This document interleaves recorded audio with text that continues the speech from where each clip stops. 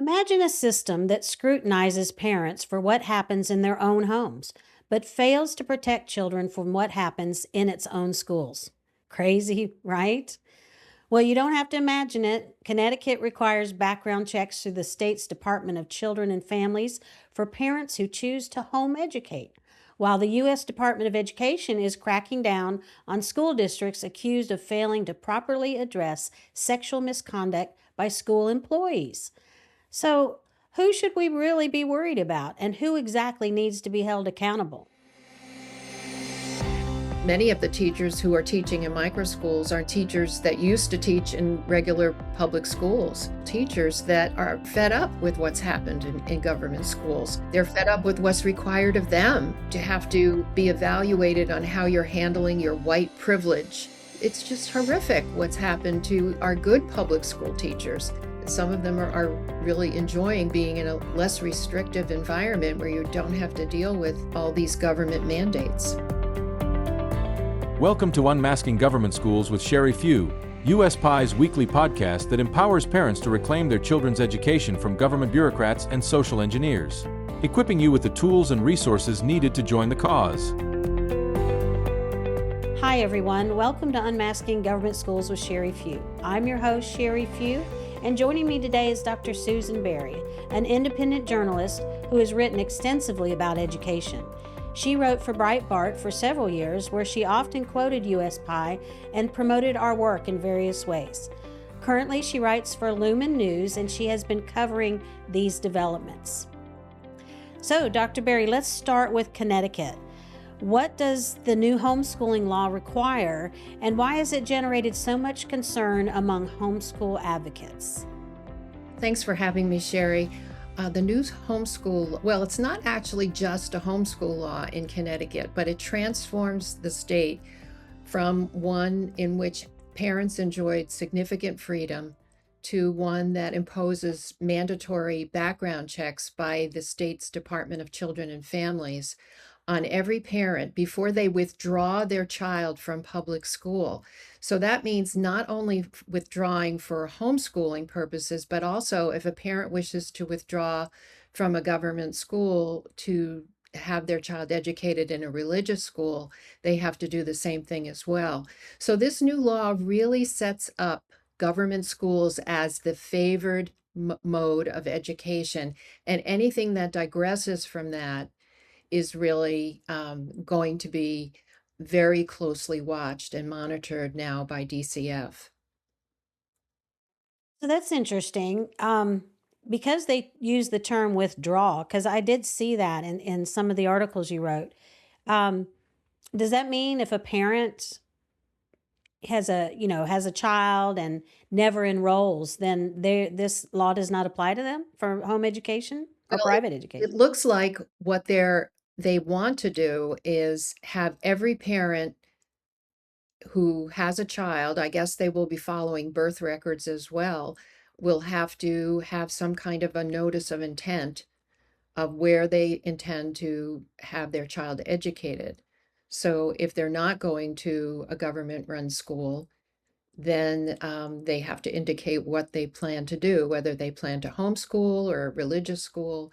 So it looks like they're trying to really follow much more closely where children are going to be educated. And obviously that public education is the favored mode. Well, it's such a shame too, because from what I've read, Connecticut had very few restrictions on home education, and it's really a shock to see them go to this extreme. So the supporters, as you know, of the Connecticut law say it's about protecting children, right? And they reference a couple of really tragic child abuse cases, might even been death involved, I think. And that was their motive for implementing these new regulations. So they're saying, the advocates are saying it's about protecting children from abuse. And so the opponents argue that it treats every homeschooling parent as a potential threat and undermines parental rights. And so, with the case, as you've written about, um, I read somewhere in there that there were 28 children under agency watch that died in just a 17-month period, and these tragic cases that they used as their basis for this new regulation, they referenced cases where these children were also under the care of that agency. So why in the world are they not being held responsible? And how do you evaluate the argument from the two sides? Yes, there have been some horrific and tragic cases in Connecticut of children who have been removed from public school with no indication their removal is due to a desire to homeschool or anything. I mean, the parents have just withdrawn them from school. And these are cases where children have suffered severe abuse and even died, all the while that their cases have been under the oversight of DCF, the Department of Children and Families is what the agency is in Connecticut, which never removed the children from these homes. So these children have been in these homes, and DCF has been visiting them during all these years of abuse, and they have never been removed, even though the abuse was apparent. And to me, to relate this to a homeschooling bill, that children who are withdrawn for homeschooling or to attend a religious school, this is a clear case of scapegoating. Yes, I agree. And it's just unbelievable to me that parents would be required to have a background check, in order to home educate their children or some other alternative to government schools. But I'm not surprised. And I think as an organization, we believe that home education is under a rising threat. In fact, we're working on a report that we're going to publish about that, and not just in our country, in other countries as well. It's actually illegal in Germany to home educate your children. And so there is a threat to home education, and we're seeing it on the rise in our country, I believe, because they're losing students. I think the most recent statistic is about 15% of children are not in government schools, and that's quite a bit different than it was, say, 5 or 6 years ago. So, Dr. Berry, we need to take a short break, but when we come back, we'll look at what the federal government is doing to address sexual misconduct in government schools, and not just in Connecticut. Don't go away. I'll be right back with my interview with Dr. Susan Berry right after this. Today's episode is brought to you by U.S. parents involved in education. U.S. PI's mission is to empower parents and local communities to break free from federal and national influences, thereby reclaiming parental authority over their children's education. For more insights from U.S. parents involved in education, connect with us at US PI on X and Facebook. To join the movement, visit uspie.org. Welcome back to Unmasking Government Schools with Sheri Few. I'm your host, Sheri Few, and with me today is Dr. Susan Berry, independent journalist and writer for Lumen News. So, Dr. Berry, while Connecticut is increasing government oversight over homeschooling, claiming that the need to protect children from their own parents, the U.S. Department of Education has announced a crackdown on sexual predators in K-12 schools, including investigations into districts accused of failing to properly address allegations of misconduct. So what do you make of this dichotomy? And please explain the term you use in your article. I had to look it up. Well, you explained it, but I thought I hadn't heard it before. It's passing the trash. Yes, I hadn't heard it either. But passing the trash is actually the term the Department of Education has used to describe when school administrators protect adults accused of assaulting or harassing children. They protect them from meaningful consequences by sending them to other school districts without warnings, and maybe even a letter of recommendation, and then enabling them to continue harming children in other environments. So it's such a stark reality that the statistics show children are actually more endangered in government-run schools than learning in a homeschool environment. Right. And the data that you present in your article really testifies to that. And I was shocked. And I'm going to share some of that data now with our audience, and then I'd like for you to comment on it. So what we learned was that the U.S. Department of Education investigating sexual misconduct with students is that they will investigate 20 cases from the school year 23-24, which is just 1 year, well, a 1 year period, and we're talking about 20 cases. And there were 67 cases in California alone where teachers or school staff were determined to have sexually harassed or committed other types of sexual misconduct with children. In these cases, California did not revoke licenses, and 12 of those teachers are still teaching. This is just shocking. And then, to even more shocking to me, is that Secretary McMahon, in her letter to the district, said that 1 out of 10 students have experienced sexual misconduct by teachers. Wow. I mean, just wow. It's so hard to believe. Children are clearly not safe in government schools. So, what's your reaction to the data, Dr. Berry? It's just horrific. And frankly, when you consider, despite the billions spent in taxpayer funds on public education, how poorly academically children are doing in public schools, and that the teachers' unions have interest only in benefiting themselves.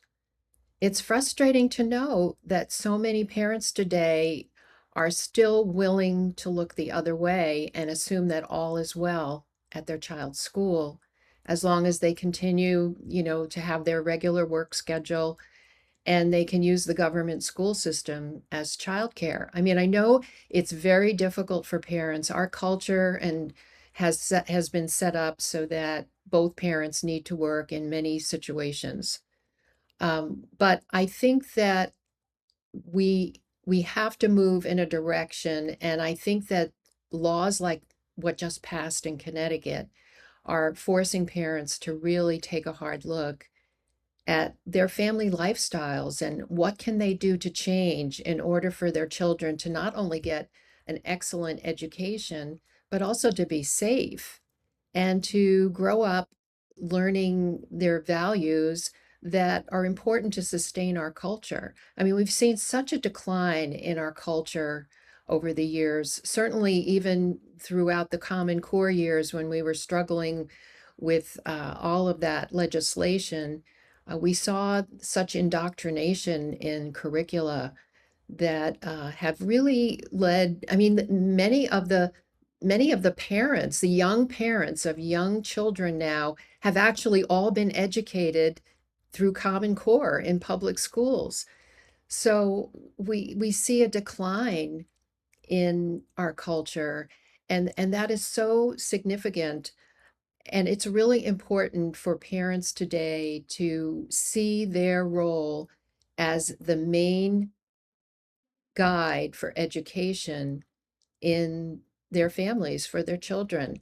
Sending your children on the bus when they're 4 or 5 years old, when they've already been through daycare, is not going to cut it for most of these children. Yes, and anytime I think about a child riding a school bus, I think about my experience with my children. My children are all in their 30s now. Um, but and I had them all in government schools, and I was researching even back then and understood the problems, and I would come home from conferences and talk to my husband about what was happening and what the future was going to hold for government education. And he would tell me to get our kids out. And I told him, oh, I can kick myself. At the time, I thought if my kids aren't in government schools, I won't have a voice. Because at that time, if you were home educating, you were just thought to be a fluke and not a serious minded person, and you couldn't have any say in that arena. So I left them in, but I remember when they were real young and I did allow them to ride the bus. It wasn't for long. It was just a horrific experience for young children to be stuck on a bus and often for hours, a couple hours in the morning, a couple hours in the evening after they've had to sit still and be quiet all day. The whole government school scenario, when parents think realistically about it, is not a good fit for children. And it's, of course, even worse now, as you've pointed out, because they're not actually educating children any longer. The data on academics is horrific. I'm sure you're familiar with it, where only about 30% of fourth graders can read and do math on grade level. It's very similar for eighth graders. And once they graduate high school, it's even worse. And so they're not educating children, but they're filling their heads full of indoctrination, which you also alluded to. The transgender ideology that is so rampant in the schools. And really what they're doing, Dr. Berry, is pitting a parent against their child in so many ways in the classroom today, destroying that parent-child relationship. So it is a serious issue, and one that we address often on this show, as you can imagine, trying to just shed light on the truth for parents so that they understand how really bad it is. Because you're right, we have a culture today where parents feel like they both have to work. And I hear this all the time. I do a lot of interviews and they'll say, well, what about the parents, who can't afford private school, or the single mom? And these are real hard situations, but there has to be a way for parents to figure this out because their children are being harmed. We believe it's child abuse, basically, what's happening in the government schools. Would you agree? Yes, it's just beyond even anymore what you can really just talk about and just whisk away with just saying, well, I mean, I do talk to a lot of parents, and I have been a homeschooling parent, but I do talk to a lot of parents about homeschooling, and still it's the same kinds of myths that were going on even 20 years ago. Parents will say, well, none of that is happening in my school. We have great schools in my town. And you might have a good teacher one year. I would say for the most part, when I talk to parents, um, it's inconsistent. One year their child has a good teacher, the next year they struggle through with a teacher that's very difficult in some way or another. It doesn't seem like there's any consistency anymore. And I think that parents really are at a point where they struggle much more with their child's education in public schools than they used to. Other parents still say, I can't homeschool, I'm not smart enough. Some will actually say, I don't want to be around my kids all day long, thinking that that's what homeschooling is. I mean, when I was homeschooling, we would say, I don't know why we call it homeschooling because we're never at home. We had tons of activities that we did at various libraries, at aquariums, at science museums that everybody did together. We had a homeschool co-op. But nowadays, there's so many parents that are starting micro schools as well. And so in many states, there's quite a network now developing of micro schools that are economical. They're not the price of you know, elite private schools by any means. And it again, it has that co-op feel. There's a homeschooling aspect to it, but still, these parents who engage in micro schools can maybe still work from home, or they can have a part-time job and still continue their work in some way. I guess what I'm trying to say is there's always workarounds if you really try to do it. And blaming, well, I don't want to do homeschooling because my kid likes sports, or I don't want my kid to miss the prom. I mean, these are all things that I have heard parents say many, many times. So these are things that can be worked around. I mean, there are homeschool proms. If you really want your kid to go to a prom, you don't have to go to your local public school prom. Homeschool groups have proms. They have dances. They have, they rent a gym together and they have gym. There's so many opportunities for creativity with homeschooling and microschooling that if parents would just really take the time to learn about some of these alternatives, I think they would have some of their fears, and it's understandable that you'd have fear about taking your child out of school. I mean, I remember that fear. And yet, there are things that can be done to make you feel much more comfortable with the whole idea. But I think like when you come to places like Connecticut, where as you said before, Connecticut enjoyed such tremendous freedom with regard to homeschooling. So there was no requirement. Many school districts did not require notices of intent or even a review of the curriculum you were using. I mean, there were many school districts just never even felt like they needed to do that. And so that was left up to the local school district. But now the state clearly is taking far more control. And I think that the parents in Connecticut especially are seeing that this is an infringement on their parental rights. So you mentioned micro schools, and for our audience that aren't familiar with that form of education, and I'm not 100% clear. So is that where the teachers, I mean, excuse me, the parents come together, pool their resources, and hire a teacher that teaches all of their children? Is that a micro school? It could be, but that's probably more of the what I would call like a co-op type of situation. But there are actually organizations that are running micro schools now, and they have branches like in several different states. And I think that these are small schools. That's why they call them micro schools. They might be in, small buildings somewhere. They might be even in churches and other types of places like that. But there's a teacher hired. There might be several teachers hired, but they're places where you can bring your child and maybe you would go 2 or 3 days a week if you could work. If you were required to work as well, you could work at your job for a couple days a week and then bring your children to a micro school a few days. Some of them are 5 days a week. There's all different sorts of arrangements, and they're not again, they're not as expensive as these private schools. That's the example that's always given. Well, I can't afford a private school. But this is not the same. It definitely has a homeschooling feel to it, but there are teachers, many of the teachers who are teaching in micro schools are now teachers that used to teach in regular public schools. And, we've had some wonderful public school teachers that are fed up with what's happened in government schools. They're Right. fed up with what's required of them, to have to be evaluated on how you're handling your white privilege. I mean, it's just horrific what's happened to our good public school teachers. But fortunately, there are if they still want to teach, there's other forms of education that they can be hired for, and some of them are really enjoying being in a less restrictive environment where you don't have to deal with all these government mandates.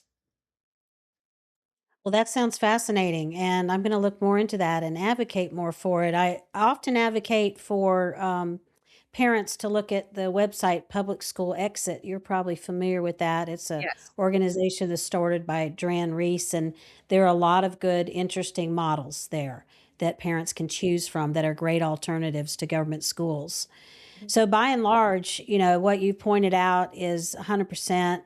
The fact that you said, you often hear parents say that's not happening in my school. I hear that all the time. I mean, in the community I live, they really believe it's not happening here. And, I've even provided evidence of critical race theory and other things in the schools and ethnic studies and all that. And I'm in South Carolina, and we're supposed to be a very conservative state, but I believe it's in every government school. And a lot of it has been forced down through the U.S. Department of Education. And that's why, of course, our mission as an organization is to close the U.S. Department of Ed and end all federal education mandates, knowing that the government closest to the people governs best. So we want to restore parental and community control over education. And if that were to happen, we might be able to fix government schools. But really, we're at the point now where we believe, and we've issued a report. I think you're familiar with this. It's titled, Are Government Schools Redeemable? And our conclusion is a resounding no, not at least in the short term. We don't believe that you can fix the convoluted mess that we call government schools today. And then, you know, the most important point to parents that we might make is what we've talked about here today. The fact that 1 in 10 children suffer some sort of sexual misconduct perpetrated on them by teachers or school staff. That's just astounding. I mean, I used to think safety is a paramount issue. It should be for parents with all the school shootings and other violence. I heard on the news this morning in a small community here in South Carolina where there was a shooting at a bus stop. A high school student shot another student.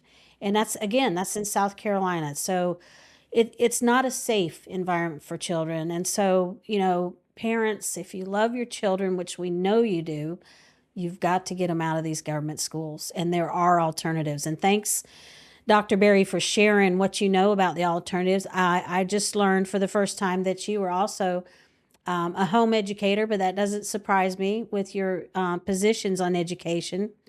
So I really appreciate you being on the podcast today. But before we close, I'd like to ask you two questions that I ask all my guests, and that is, what concerns you most about what's happening in education today, and what gives you hope?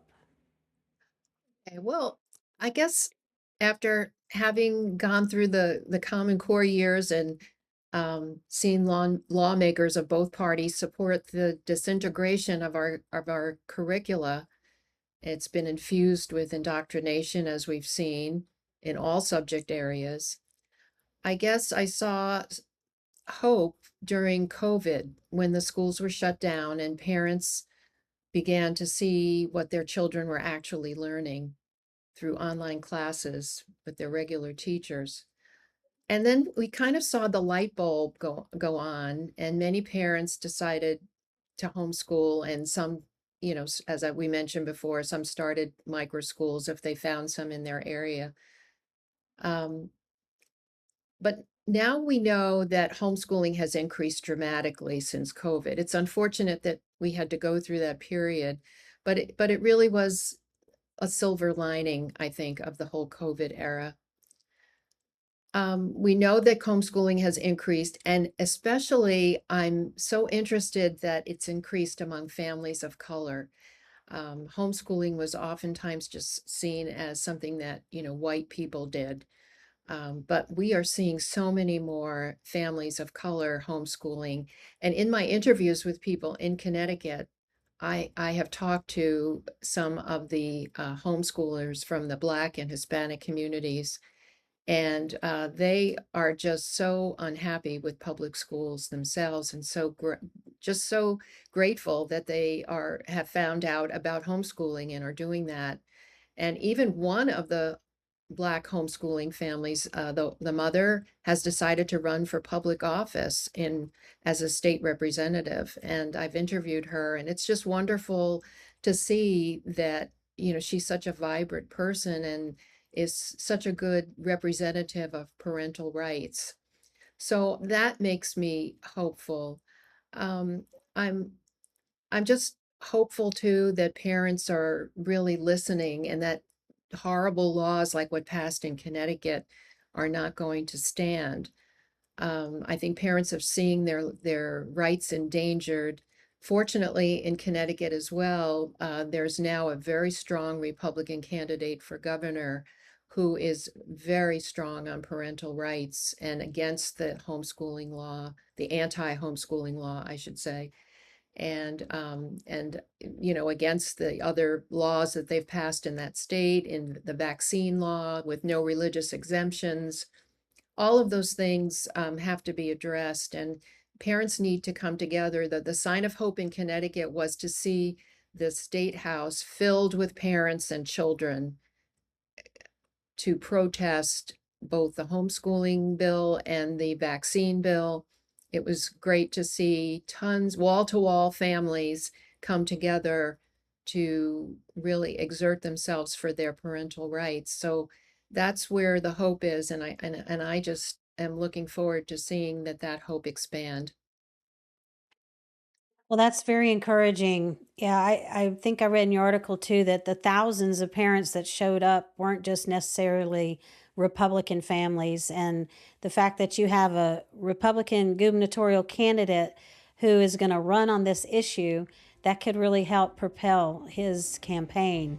So we'll be watching that, and hopefully we'll see a big change in that state according to what happens in this election. So thanks for sharing that, and thank you so much for joining me today on the podcast, and for all you do to shed light on the truth to protect children and our country's freedom. If you found today's episode insightful, please hit the subscribe button below so you never miss one of our groundbreaking interviews, and visit uspie.org to join the movement. Until next time, I'm Sheri Few. Thank you for your support of USPie and our efforts to unmask government schools. U.S. Parents Involved in Education is a nonprofit coalition dedicated to restoring local control of education and parental authority. By empowering parents to reclaim responsibility for their children's learning and encouraging states to move away from federal influence, USPie seeks to create a culture where parents are the primary decision-makers in education and schools support families without the burden of federal mandates. If you want to start a state or regional USPie chapter in your area, please visit uspie.org and complete the brief questionnaire in the chapters section.